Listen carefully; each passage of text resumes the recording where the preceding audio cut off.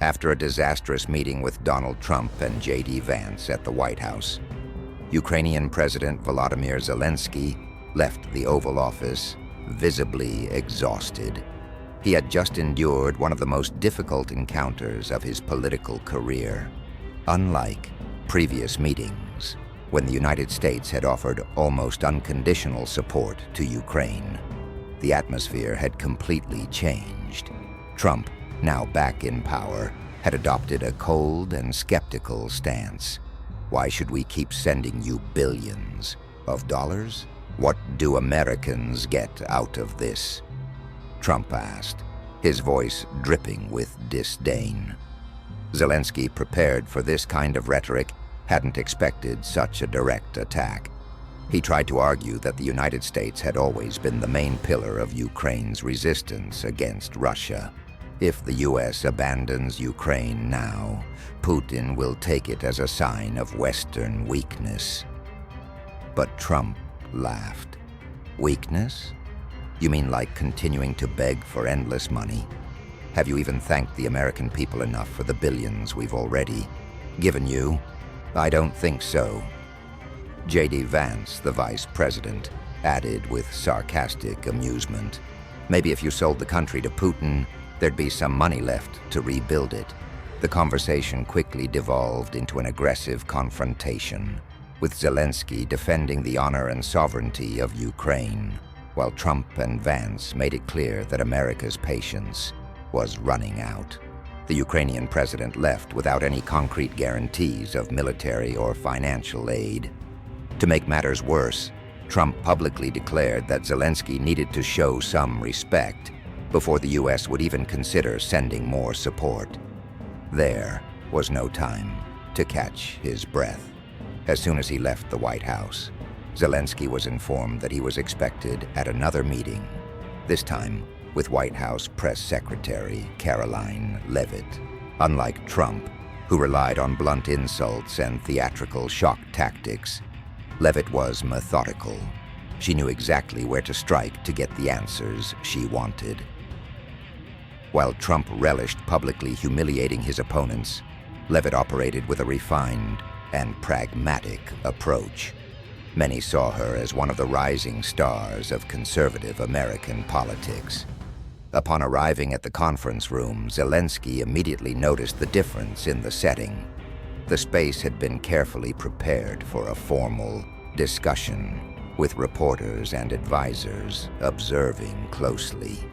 The media had already been briefed that this would be a critical moment. While Trump played to his political base, Leavitt was there to solidify the new U.S. strategic stance on the Ukraine conflict. Zelensky took his seat at the table, but before he could say a word, Leavitt opened the meeting with an unflinching and cutting tone. President Zelensky, the United States can no longer finance an endless conflict. Are you here to present a viable plan for peace, or are you just here to keep asking for money? Her coldness was evident. Unlike Trump, she wasn't driven by arrogance, but her posture made it clear that the White House had already decided to significantly reduce its support for Ukraine. Zelensky took a deep breath. His voice carried exhaustion, but also determination. I am not here to beg. I am here to remind the American government that this war is not just Ukraine's war. If Russia wins, it will be a blow to the entire world order that the U.S. helped build. But Leavitt remained unfazed, and yet Americans are asking, how much more is this going to cost?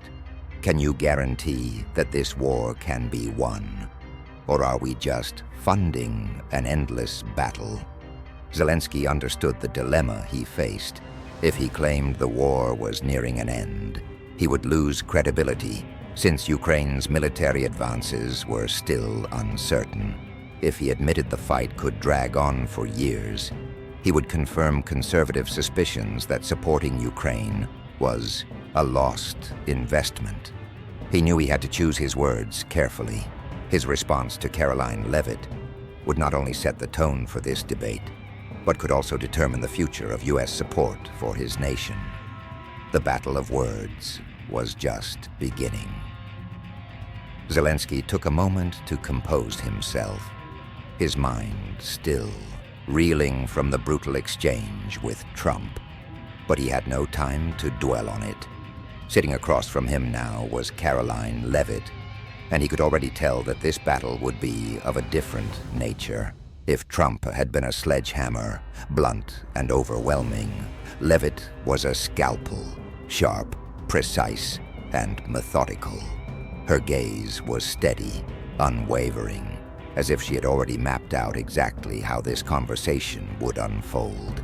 Unlike Trump, who thrived on the theatrics of public humiliation, Leavitt was more interested in dismantling her opponent piece by piece, leaving no room for emotional outbursts or hasty defenses.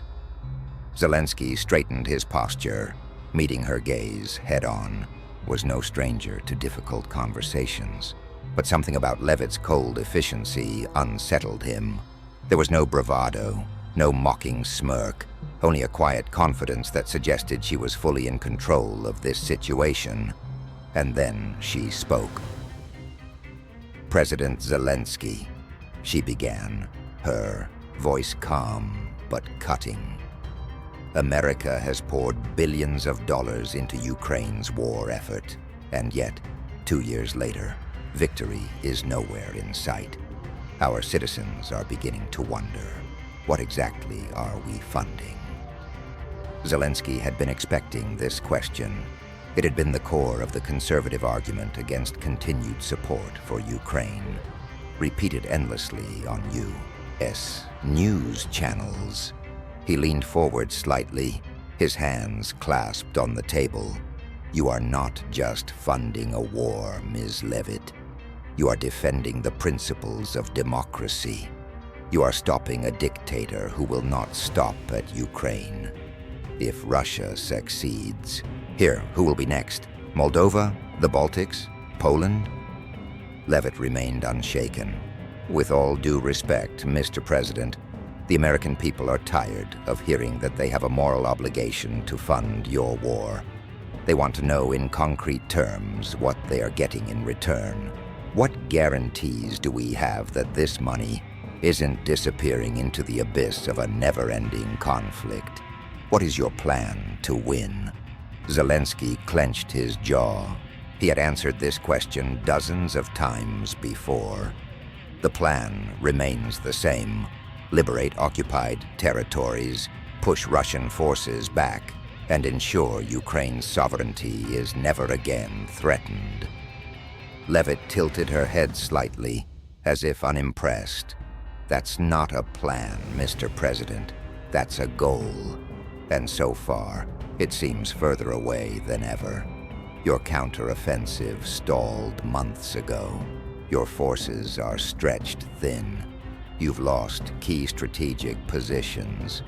And now, even within your own government, voices are emerging that question whether Ukraine can actually win this war.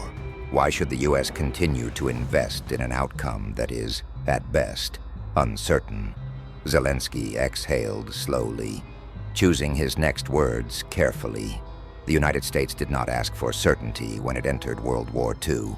It did not ask for guarantees when it defended South Korea. Great nations do not abandon their allies simply because victory takes time. America has always stood for freedom, and Ukraine is on the front line of that battle.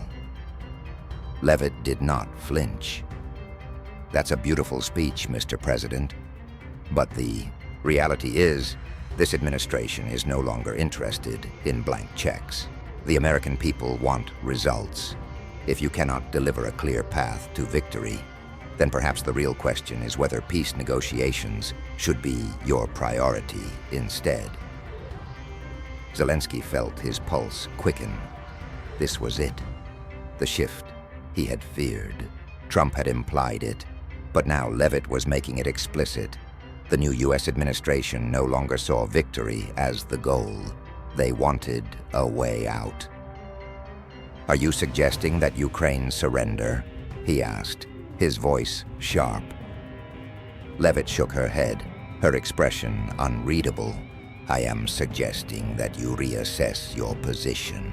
How much more suffering will your people endure before you acknowledge that diplomacy may be the only viable solution? How much more money will you ask for before admitting that military victory might not be realistic? Zelensky's frustration bubbled to the surface. He had spent the last 2 years fighting against this exact mindset, the belief that Ukraine should simply accept its fate and negotiate with a regime that had invaded its land, murdered its people, and destroyed its cities. Negotiation with Putin, he said, his voice low and firm, is not peace. It is submission, and submission will only bring more war. Leavitt crossed her arms. That may be your belief, but the American people are no longer convinced, and this administration will not continue to fund a war without an exit strategy. That is the reality you are facing, Mr. President. The room was silent. The weight of her words hung in the air, suffocating. Zelensky had entered this meeting knowing it would be difficult, but now he saw the true depth of his challenge. It wasn't just about securing more aid. It was about fighting a growing belief within the U.S. government that Ukraine's war was unwinnable. And if that belief took hold completely, Ukraine would find itself alone in a battle it could not afford to lose. Zelensky took a deep breath, steadying himself. The fight was far from over, but he knew now that this was no longer just a war against Russia. It was also a war for continued support, for proving to the world that Ukraine's fight was still worth backing. And that war, it seemed, was only just beginning. Zelensky could feel the weight of the moment pressing down on him. The room was silent except for the faint hum of the overhead lights. Across the table, Karoline Leavitt sat unmoving, her gaze locked onto him like a predator waiting for its prey to make a wrong move. She had just delivered the most devastating blow yet, the insinuation that Ukraine was fighting a war it could not win, that the U.S. had grown tired of the conflict, and that diplomacy, rather than military victory, was now the preferred course of action. The Ukrainian president felt a slow burn of frustration rising in his chest. He had spent years battling not just the Russian military, but also the growing skepticism from his allies. He had heard the whispers before, the doubts creeping into private conversations among Western officials. But this was different. This was no longer subtle. Leavitt was stating it outright. The new administration no longer saw Ukraine's war as an investment worth continuing, unless it came with guarantees he could not provide. He leaned forward, his voice firm, measured. I appreciate the concerns of the American people, but let me be clear. Peace talks with Putin are not a solution. Every agreement Russia has ever signed, it has broken. Do you truly believe that if we sit at a table with them now, they will honor any deal? Or will they use it as a pause, a way to regroup, rearm, and then return with even greater force? His eyes burned with intensity, searching Leavitt's face for any sign of understanding. Leavitt remained expressionless. And how do you propose to continue this war without resources? She countered. Ukraine's economy is in ruins. Your manpower is depleting. Weapon stockpiles are running low. The U.S. has already given over $100 billion in aid, and yet 2 years later, we are not any closer to seeing a decisive victory. What do you say to the American taxpayer who asks, how much longer? How much more money? How many more weapons? Zelensky clenched his jaw. He had heard these arguments before. He had spent months countering them, trying to keep his allies from wavering. But this was different. This was not some television commentator questioning U.S. support. This was coming from inside the administration itself. "The cost of stopping Russia now," Zelensky replied, his voice edged with urgency, "is far lower than the cost of allowing them to win. If Ukraine falls, the cost to NATO will be immeasurable. The cost to Europe will be devastating. The cost to the United States will be a world where authoritarian regimes believe they can expand without consequence. The price of freedom is never cheap, Ms. Leavitt, but the price of inaction is always greater." Leavitt remained impassive, and yet wars are not fought on principles alone.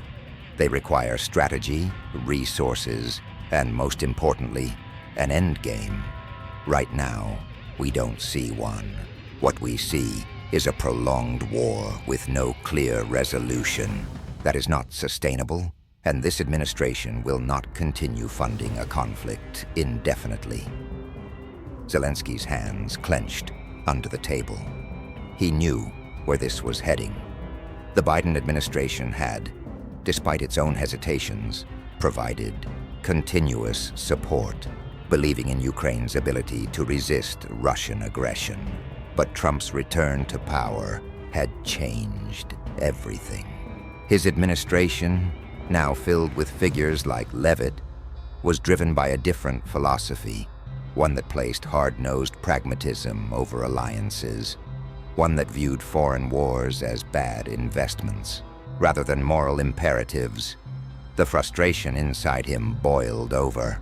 "Do you believe, Ms. Leavitt," he said slowly, "that America would still be a superpower today if your predecessors had taken this approach in past wars? If Roosevelt had asked whether Americans were getting a good return on their investment before entering World War II, if Truman had hesitated before defending South Korea, if Kennedy had chosen to let the Soviets put missiles in Cuba because a confrontation would have been too costly." His voice had risen slightly, the passion in his words undeniable. Leavitt did not flinch. "The difference, Mr. President, is that in each of those cases, there was a clear strategic path forward. Right now, there isn't one for Ukraine." Zelensky exhaled sharply. "There is a path," he countered. "It is called victory, and it is only possible if we continue to receive the support necessary to achieve it." Leavitt remained silent for a moment, as if letting his words settle into the air between them. Then, with a careful precision, she leaned slightly forward and said, "Victory is not a strategy, Mr. President. It is a hope, and hope is not something the U.S. government bases its foreign policy on." The words hit Zelensky like a punch to the gut. He knew in that moment that the tide was truly turning. This administration was no longer invested in Ukraine's success. It was looking for an exit, and that meant Ukraine was running out of time. His mind raced, searching for a way to turn this conversation back in his favor. He had to convince them, had to make them see that abandoning Ukraine now would be a historic mistake. But the look in Leavitt's eyes told him that this was no longer a debate. This was a verdict. The realization left a bitter taste in his mouth. The war was still raging, but he could already see the new battlefield forming. One where he was no longer fighting against Russia alone, but also against the slow unraveling of Western support. And unless he could find a way to stop it, Ukraine would be left to fight this war on its own. The room felt heavier now, the silence more suffocating. Zelensky straightened in his chair, determined not to let them see any sign of weakness. The battle for Ukraine's survival was not over, not yet. But it was clear that from this moment, Forward, it would be fought on two fronts, one against Russian forces on the battlefield and another against doubt and fatigue in the halls of Washington. He inhaled deeply, preparing himself for what would come next. If they thought he would back down, they were mistaken. The air in the room was thick with tension. Zelensky sat still, his expression unreadable, though inside he was calculating every possible move. Karoline Leavitt's last words still lingered in the air, heavy and final. "Victory is not a strategy, Mr. President. It is a hope. And hope is not something the U.S. government bases its foreign policy on." It had been the sharpest dagger of the entire conversation, cutting through the diplomatic pleasantries and making it brutally clear where the new American administration stood. This wasn't just about aid or war strategy anymore. It was about the survival of Ukraine as a cause worth fighting for in the eyes of its most crucial ally. Zelensky knew he was running out of time. This meeting had been more than a formality. It had been a test, and judging by the cold, calculated manner in which Leavitt had deconstructed every one of his arguments, the verdict had already been written long before he walked into the room. He had come expecting resistance, but this was something else entirely. This wasn't just skepticism. This was the groundwork for an exit strategy, a shift from support to disengagement. For the first time since the war had begun, Zelensky felt something dangerous creeping into his mind. Isolation. The realization that perhaps, after everything, the United States was truly preparing to step away. The thought was terrifying, not just politically, but militarily. If U.S. support collapsed, it wouldn't take long for Europe to follow. Without American weapons, without the financial backing that had kept the Ukrainian government operational, how much longer could they hold out? He steadied himself, pushing that fear aside. He had faced worse. He had stood in Kiev as Russian missiles rained down, had walked the ruins of cities reduced to rubble, had looked into the eyes of soldiers who knew they might not survive another month on the front lines, but still fought with everything they had. He could not afford to break here, in this room, in front of an American official who had already made up her mind. Leavitt watched him, waiting. The silence stretched between them, thick and suffocating. It was a power play, a tactic designed to force him into speaking first, into reacting emotionally. He wouldn't give her that satisfaction. Finally, he exhaled and spoke, his voice even but laced with quiet defiance. "I understand," he said, choosing his words carefully. "I understand that political winds change. I understand that priorities shift. But I also understand history, Ms. Leavitt, and history will not be kind to those who abandon their allies in their time of need." Leavitt didn't blink, and history also remembers wars that dragged on longer than they should have, at a cost too high for the nations funding them. She countered smoothly. "This administration will not make the same mistakes of the past.